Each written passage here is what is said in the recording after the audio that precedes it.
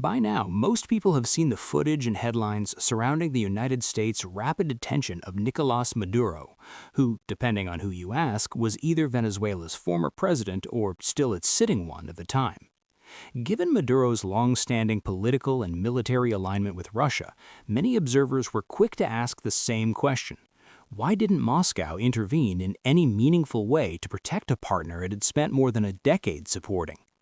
At a surface level, the answer feels familiar. It follows the same pattern we've seen repeatedly over the last several years. But when you look closely at what unfolded during the January 3rd incident in Caracas, it becomes clear that Russia's limitations ran much deeper than most initially assumed.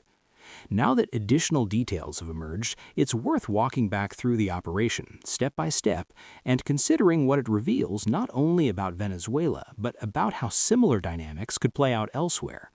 In particular, Iran may face many of the same structural problems discussed today. How the mission came together. To understand what happened, it helps to start with the broader operational picture. U.S. intelligence agencies have been monitoring Maduro's movements for weeks, gradually identifying routines, security habits, and likely safe locations. That information was continuously relayed back to decision-makers in Washington. Late on January 2nd and into the early hours of January 3rd, Maduro was staying at Fort Tiuna, a major military installation located just outside central Caracas. The name alone signals its purpose. This was not a civilian compound, but a hardened facility under direct military control. Maduro was clearly aware that he was vulnerable, and this location represented a basic attempt to insulate himself from sudden threats. Without getting too far off track, it's worth remembering this moment later, a U.S. raid into a Venezuelan military facility involving boots on the ground briefly and producing minimal consequences. From a logistical standpoint, any successful operation here required inserting special forces roughly 10 miles inside Venezuelan territory. That immediately shifted the challenge to one familiar in modern warfare: neutralizing air defenses.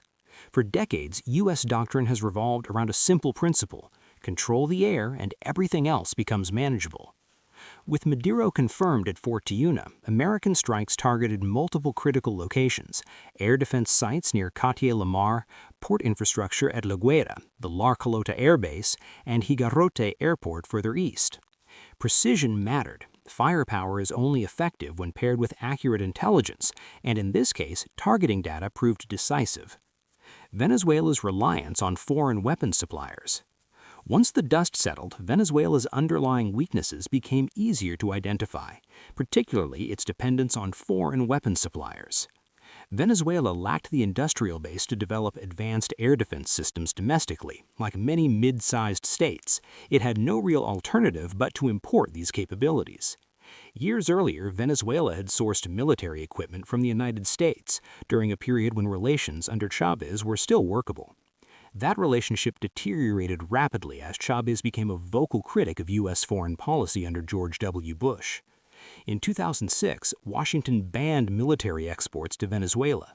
By 2009, Caracas had decisively turned toward Moscow for defense cooperation, a partnership Maduro maintained after Chavez's death, setting the stage for recent events. The Russian arms export model. To understand why that partnership failed when it mattered most, it helps to step back and examine how Russian arms exports typically function. Unlike Western suppliers, Russia often sells weapons through long-term credit arrangements. Countries that lack upfront capital receive equipment first and pay over time. When conditions are favorable, this model benefits Moscow. Revenue from oil and gas provides liquidity, which feeds weapons production. Credit expands Russia's client base, increasing both profits and geopolitical influence. Over time, the arms industry grows far larger than it otherwise could. That kind of system becomes particularly useful if a state anticipates large-scale military operations in the future. For client states, debt to Russia can even be advantageous. It gives Moscow a vested interest in keeping the client stable. If the government collapses, repayment becomes uncertain. The logic is simple. Owing a small sum is the borrower's problem. Owing an enormous sum becomes the lender's problem. However, that leverage has limits. When Russia faces a crisis larger than the debt itself, priorities change. Imagine, hypothetically, that Russia becomes involved in a prolonged, resource-intensive war nearby. If that conflict turns into a grinding battle of attrition, Moscow must redirect equipment, personnel, and funding toward its own front lines. In that scenario, wealthy clients with cash reserves may still secure deliveries. Poorer clients, dependent on future payments, quickly lose influence. This isn't theoretical. Russia is deeply entangled in Ukraine and, in some areas, struggling to maintain momentum. A brief detour here. Why Ukraine matters here. Venezuela's vulnerability is directly connected to Western support for Ukraine. Without sustained aid, Russian forces might have consolidated territorial gains long ago, freeing up resources for overseas commitments. Instead, Moscow has been forced into constant trade-offs. That reality complicates strategic planning in Washington. Some U.S. policymakers worry about stretching resources across Europe, the Middle East, and the Pacific simultaneously. Others argue that weakening Russia in Ukraine creates opportunities elsewhere. Regardless of perspective, one thing is clear. The collapse of Russia's ability to support partners like Venezuela is a secondary effect of that ongoing conflict. What Russia actually provided. Despite these constraints, Maduro was not entirely abandoned.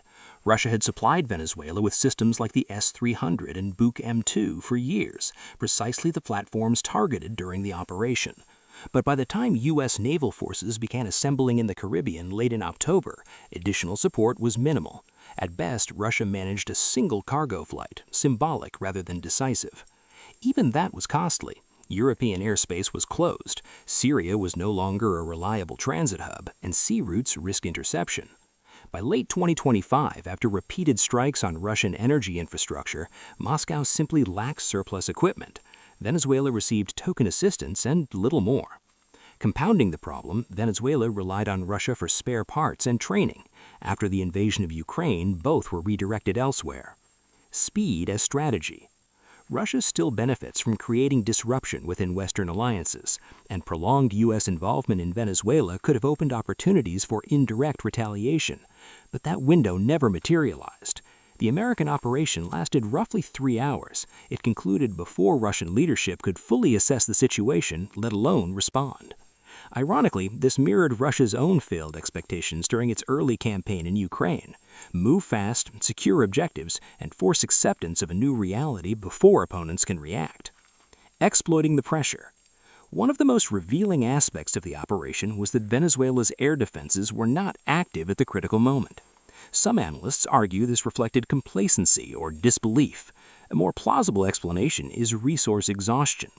Once U.S. carrier groups arrived offshore in late October, Maduro faced an impossible choice. Either keep forces on constant alert for months, wearing down personnel and equipment, or store systems safely and risk being caught unready.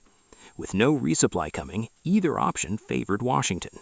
The U.S. Navy could wait indefinitely. Maduro could not. That patience functioned as a modern siege, one made possible by Russia's inability to reinforce its partner.